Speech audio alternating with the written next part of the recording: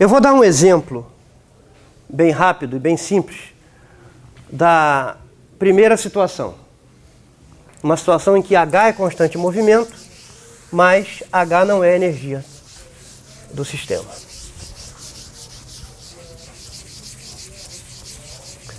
Se vocês quiserem ver um exemplo do caso 2, deem uma olhada no livro do Goldstein, que tem um exemplo dessa situação 2 aqui. Então, exemplo da situação 1.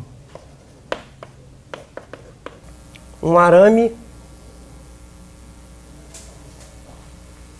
gira com velocidade angular constante em torno de um eixo perpendicular a esse plano horizontal XY, aqui é um plano horizontal, e uma conta de massa M pode deslizar livremente sobre esse fio, enquanto o fio gira com velocidade angular constante.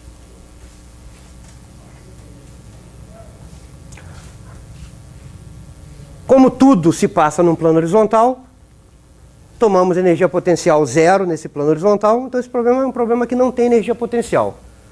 A energia é puramente cinética. A lagrangiana é simplesmente a energia cinética. Em coordenadas polares no plano, a energia cinética é m sobre 2 r ponto quadrado mais r2 θ ponto quadrado. Mas θ é igual a ômega t. Basta tomar o t igual a zero no momento em que esse arame passa pelo eixo x, em que ele coincide com o eixo x, e contamos o tempo a partir daí. Então, depois de um tempo t, esse ângulo θ é exatamente ômega t. Esse sistema tem um único grau de liberdade, que é essa coordenada R. Então, essa lagrangiana, isso aqui dá θ ponto igual a ômega, que é constante. Substituindo aqui, nós ficamos com m r ponto quadrado sobre 2 mais m ômega 2 sobre 2 r2. Vamos ver qual é a hamiltoniana associada a essa lagrangiana. Então é só rodar a manivela, né? Então, construção da hamiltoniana. O momento conjugado. PR é derivada de L em relação a R ponto. Isto dá simplesmente MR ponto. Então, H é R ponto PR menos L. Isto aqui é igual a... bom, daqui nós tiramos que R ponto é PR sobre M, né? Substituímos aqui. Então, isso vai dar PR ao quadrado sobre M menos L. M sobre 2. No lugar do R ponto, escrevemos PR sobre M, vai dar PR ao quadrado sobre M2. Menos M ômega 2 sobre 2, R2. Ou esse termo aqui é a metade daquele, então isso dá PR ao quadrado sobre 2m menos m ômega 2 sobre 2 R2. Agora olhem para essa hamiltoniana e me digam, essa hamiltoniana é a energia? Vejam, nesse problema, a energia se resume a T. V é igual a zero. Então, isto aqui é a energia total dessa partícula, que é simplesmente sua energia cinética. Vocês veem que este termo que aqui está é o mesmo que isto aqui. Né? Se no lugar de PR escrevermos MR ponto, isso aqui dá 1/2 de mr ponto quadrado, que é isso que está aqui. Mas esse aqui está com um sinal menos. E a energia tem que ter um sinal mais. Então isso aqui não é a energia.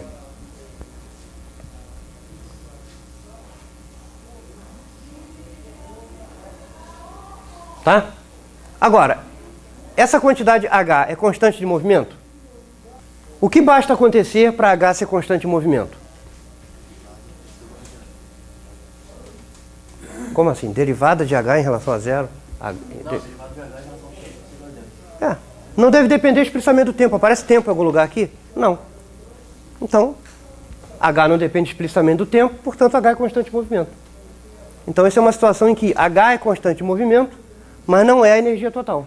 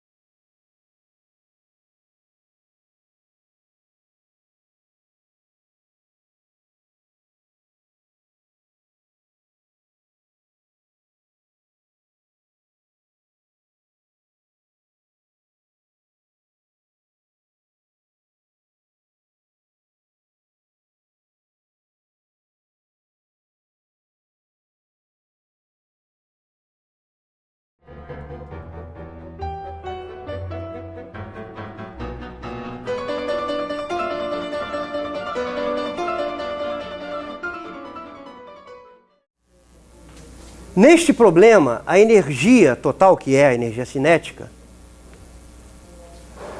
não se conserva.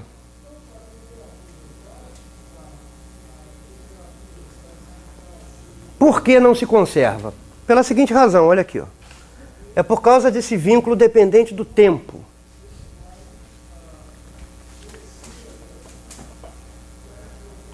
A energia se conservará, ou, como em geral vale essa equação aqui, ó. Teorema do trabalho e energia. Taxa de variação da energia cinética igual à potência da força resultante. Tá? Se essa potência da resultante for diferente de zero, então a energia cinética não se conserva. A força resultante sobre essa partícula é a força de vínculo. É a força que a mantém sobre esse arame. Tá certo? Agora, veja o seguinte. Imagine um deslocamento no intervalo de tempo dt dessa partícula ao longo desse arame. Por hipótese, esse arame é liso. Não há atrito aqui. Então, a força que o arame exerce sobre... Isso é a força de vínculo. Que o arame exerce sobre a conta é sempre perpendicular ao arame, porque não há atrito. Mas agora, vamos olhar o que acontece no intervalo de tempo dt.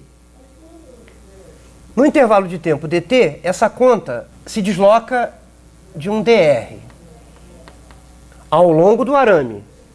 Mas nesse tempo, o arame gira um pouco. Então, isso aqui seria a posição do arame no instante t, isso aqui no instante t mais dt.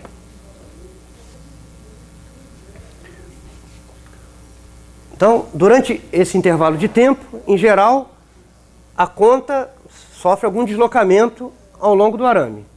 Mas nesse meio tempo o arame veio parar aqui. Ó, esse ponto aqui é o ponto correspondente no arame à nova posição ocupada pela conta depois de transcorrido esse intervalo de tempo dt. As duas coisas acontecem ao mesmo tempo, né? Ao mesmo tempo que a conta está sofrendo deslocamento dr, o arame está sofrendo uma rotação. Então o deslocamento é esse aqui, ó. Esse é o deslocamento real sofrido pela conta no intervalo de tempo dt. A força de vínculo é perpendicular à conta.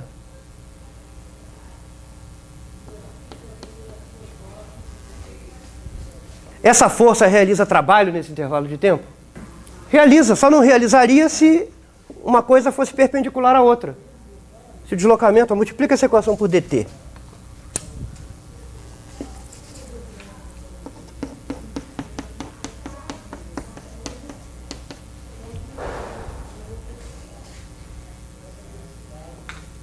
Esta força não realiza trabalho quando ocorre um deslocamento virtual da conta. Porque deslocamento virtual, espero que vocês ainda se lembrem, é feito a t fixo. Então, imagina-se a haste numa posição fixa, o arame, e o R varia ao longo do arame.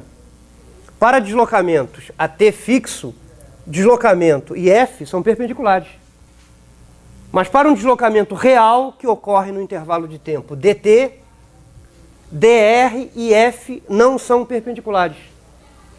Então isto aqui com esse F minúsculo, né? Aqui no caso seria a força de vínculo.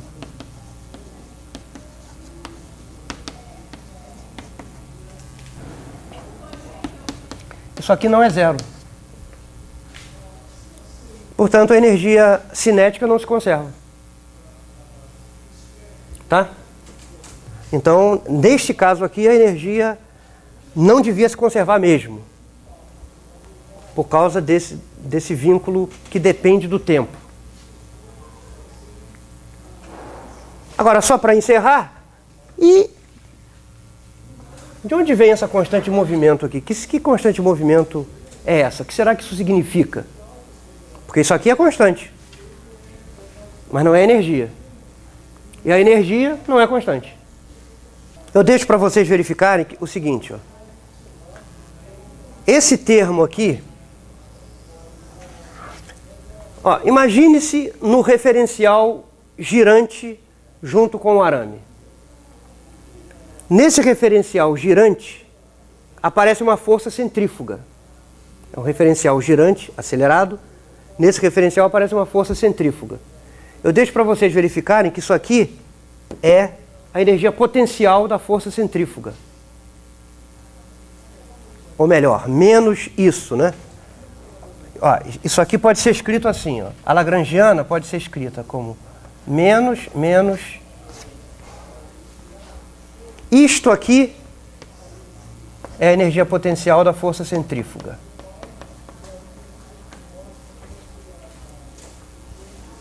Portanto, essa hamiltoniana aqui pode ser interpretada como a energia total no referencial girante e que se conserva.